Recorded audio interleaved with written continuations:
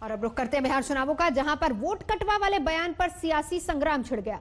कल केंद्रीय मंत्री प्रकाश जावड़ेकर ने चिराग पासवान की पार्टी एलजेपी को बिहार में वोट कटवा पार्टी कहा तो चिराग भड़क गए। चिराग की पार्टी एक वोट कटवाने वाली पार्टी रह जाएगी और हम 3/4 बहुमत से चुनाव जीतेंगे।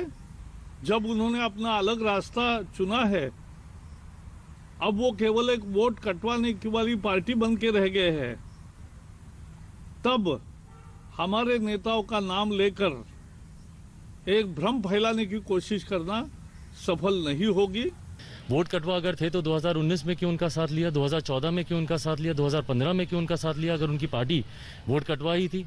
इसीलिए मैं कहता हूं कि मेरा विश्वास मेरे प्रधानमंत्री पर है। प्रधानमंत्री जी ने जितना पापा को सम्मान दिया, जितना उनको इज्जत दी, उसको मैं कभी उतार नहीं सकता हूं। बट हाँ, अगर कोई लोग अगर इस तरीके के शब्दों का अगर इस्तेमाल करते हैं किसी के भी दबाव में, तो उनको अपने भी विवेक से काम लेना चाहिए कि आप किन के लिए ये बातें कह रहे हैं।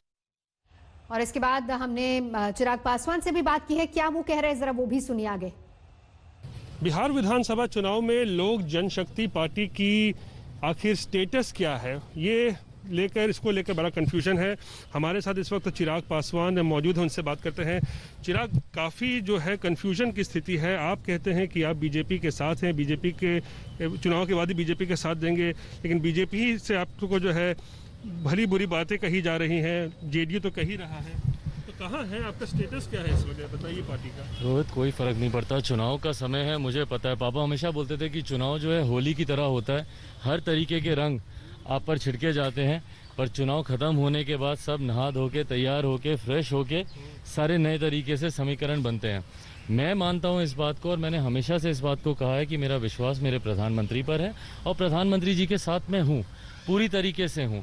अब भाजपा के कुछ लोग यहाँ पर जिस तरीके से माननीय मुख्यमंत्री जी के दबाव में, और मैं उसका भी मैं पूरी तरीके से सम्मान करता हूँ। देखिए, अंतोगत्वा गठबंधन तो भारतीय जनता पार्टी और जनता दल यूनाइटेड का है ही आपस में। उन्होंने आपस में आधी सीटों का उन्होंने बंटवारा किया है और मैंने ये निर्णय लिया है, मेरी पार्टी ने ये निर्णय लिया है कि मैं अकेले में चुनाव लड़ूंगा और मैं जनता दल यूनाइटेड के सामने अपने प्रत्याशी उतारूंगा, भाजपा के सामने मैं अपने प्रत्याशी नहीं उतारूंगा। तो ये मेरा निर्णय, मेरा फैसला है और इसमें मैं अपने फैसले पर मैं अडिग हूँ। हाँ, इतना मैं जरूर बोलता हूँ कि मैं चुनाव के बाद मेरे जितने भी जीते हुए प्रत्याशी हैं वो भारतीय जनता पार्टी का और नरेंद्र मोदी जी का वो समर्थन करेंगे। और प्रदेश में हम लोग इस बात को मैं दावे के साथ कह सकता हूं कि प्रदेश में भाजपा के नेतृत्व में ही भाजपा लोजपा सरकार हम लोग बनाएंगे। तो प्रधानमंत्री जो 12 रैलियों में नीतीश कुमार को साथ रखेंगे, वो भी क्या नीतीश कुमार की प्रेशर टैक्टिक्स है बीजेपी के ऊपर कि मुझे आप साथ मंच पे साझा कीजिए अपने साथ? देखिए, हो गई ना, मुख्यमंत्री जिस तरीके से, इतना प्यार मुख्यमंत्री जी को पहले तो कभी नहीं था प्रधानमंत्री जी को लेकर, कभी नहीं था।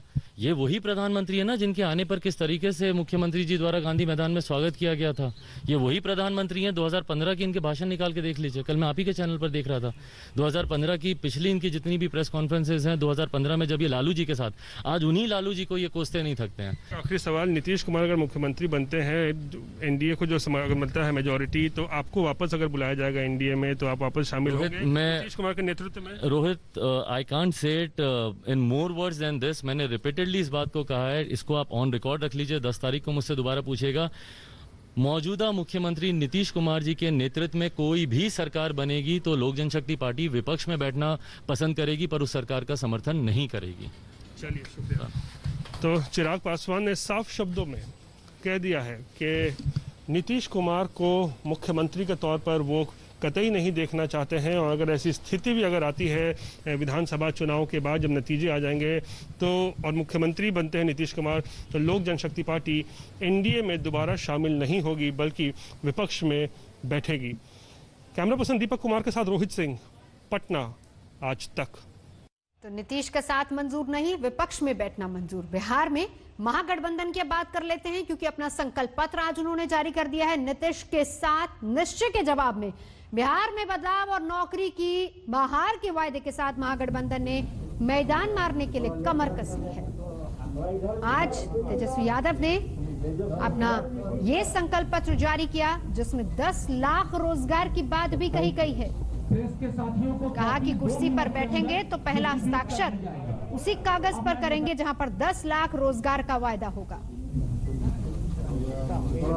बिहार की जनता हमें मौका देती है तो पहले कैबिनेट में पहले दस्तखत अगर मेरा कलम चलेगा तो 10 लाख नौजवानों को हम रोजगार देने का काम करेंगे पहले कैबिनेट में। दूसरी बात हम लोगों ने ये कही थी कि जो भी छात्र छात्राएं या नियुक्ति के लिए आवेदन फॉर्म जो भरा करते हैं उसको हम लोग माफ करेंगे। तीसरी बात, परीक्षा केंद्र जाने के लिए जो किराया होगा वो हम देंगे। ऐसा लग रहा है बस कुर्सी पाने की होड़ में सब लोग लगे हुए हैं।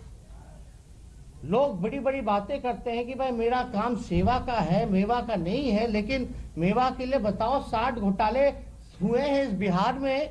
सृजन घोटाले जैसे जो लोग थे, सृजन घोटाले में जो लोग अभियुक्त, वो लोग खुलेआम घूम रहे हैं, उनको गिरफ्तार नहीं किया जा रहा। तो चाहे भ्रष्टाचार हो, लॉ एंड ऑर्डर की स्थिति हो, एनसीआरबी के आंकड़े आप देख लें, कोई मेरे आंकड़े नहीं।